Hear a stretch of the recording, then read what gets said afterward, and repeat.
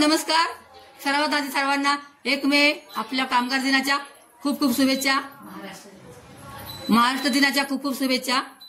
त्यानिमित्ताने आज आपण त्यांना केक बनवणार आहोत. तर हा केक माझ्या बहिणीची मुलगी बनवते. बघूया आपण तिच्याकडून. मी चांदणी रणदिवे.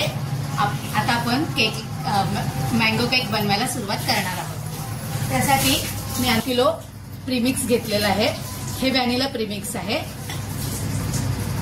आणि त्याच्यामध्ये मी हे माझ्याकडे मँगो इसेन्स आहे तो पण मी टाकते.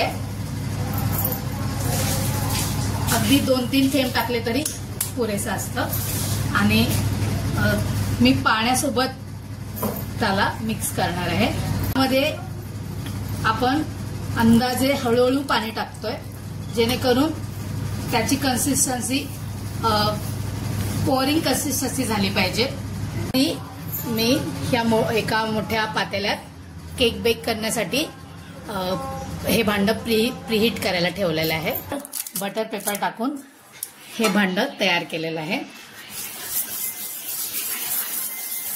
आपल्याला हे बॅटर तयार करण्यासाठी हा एक पेला आणि वरती 2-3 चमचे पाणी लागलेले आहे. आणि अशा प्रकारे मी केक बेक करायला ठेवते. बेक करण्याआधी ह्या भांड्याला थोडंसं असं टॅप करायचंय म्हणजे एअर बबल्स त्यातले निघून जातात आणि आपला केक व्यवस्थित बेक होतो. यामध्ये ठेवते. एकदम काळजीपूर्वक ठेवायचं आहे. हे भांडं खूप गरम झालेलं असतं. आपल्याला भाजण्याची शक्यता असते. त्यामुळे अगदी काळजीपूर्वक हे ठेवायचं आहे. कमीत कमी 30 मिनिटं लागणार आहेत. आणि आपण 30 मिनिटानंतर चेक करायचं. टूथपिकने चेक करायचंय. आता आपण 30 मिनिटानंतर केक चेक करतोय. टूथपिक टाकून ही टूथपिक क्लीन आलेली आहे म्हणजे आपला केक बेक झालेला आहे. आता मी गॅस बंद करते. केक बनवून तयार झालेला आहे. आता ही केकला फ्रॉस्टिंग करण्यासाठी ही क्रीपिंग क्रीम असते ही अशी असते आणि ती मी आता या भांड्यात काढून घेतली. आपल्याला जेवढं फ्रॉस्टिंग करायचंय तेवढी क्रीम घ्यायची आहे. आणि आता ही क्रीम थोडी बीट झाली आहे पण खूप फुलली पाहिजे तेवढे. क्रीम व्यवस्थित बीट झालेली आहे. आपण भांडं उलटं केलं तरी ती पडत नाहीये. आता आपण हिला फ्रीजमध्येच ठेवायचे जोपर्यंत आपण केकला फ्रॉस्टिंग करत नाही. आपण एक वाटी पाण्यामध्ये 3-4 चमचे साखर मिक्स करून केकला मॉइस्ट करण्यासाठी आपण हे पाणी वापरणार आहोत.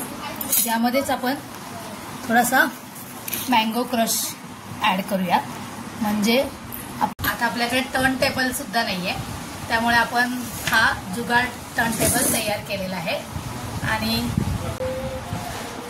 आपण साध्या सुरीने यावर मार्क बनवून घेऊया.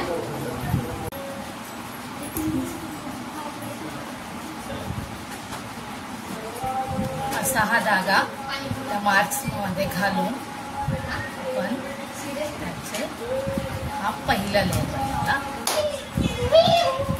वा छानसा एक लेअर तयार झालाय. आणि दुसरा एक लेअर आपण सुरीने मार्क केलेला त्याच्यामध्ये टाकून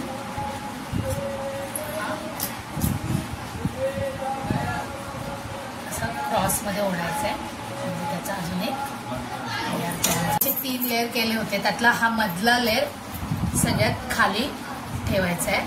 आणि त्याला आपण मगाशी जे साखरेचं पाणी तयार केलं होतं त्याने मॉइस्ट करून घ्यायचं आहे. लावून घेते मी.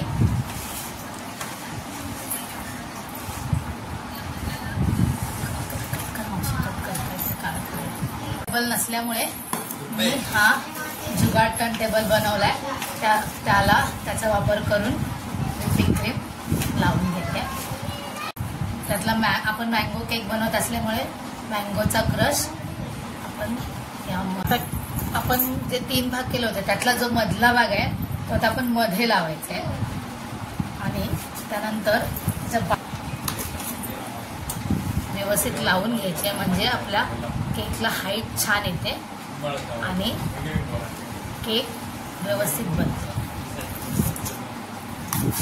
हे नाही आता आपण या पण लेअरला साखरेच्या पाण्याने आपले 2 लेअर लावलेले आहेत केकच्या. आता आपण तिसरा लेअर पण सेम प्रोसेसने लावतोय. घेतोय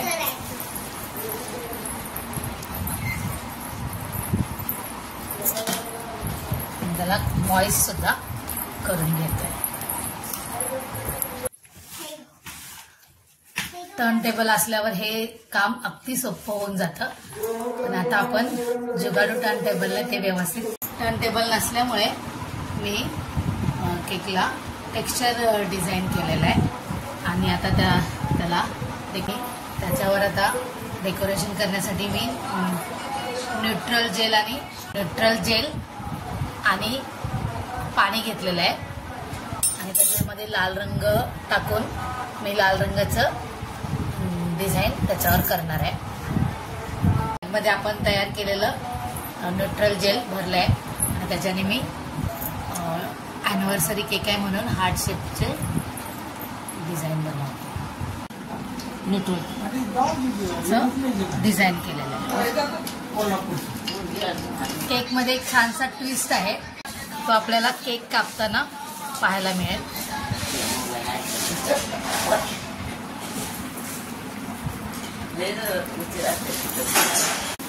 अशा प्रकारे आपला मँगो फ्लेवरचा अॅनिव्हर्सरी केक तयार झालेला आहे. ह्यामध्ये मी एक ट्विस्ट तुम्हाला वाटेल की ह्याच्यामध्ये नाव का नाही लिहिलंय. यामध्ये तो एक ट्विस्ट आहे तो तुम्हाला केक कापताना दिसेल. थँक्यू.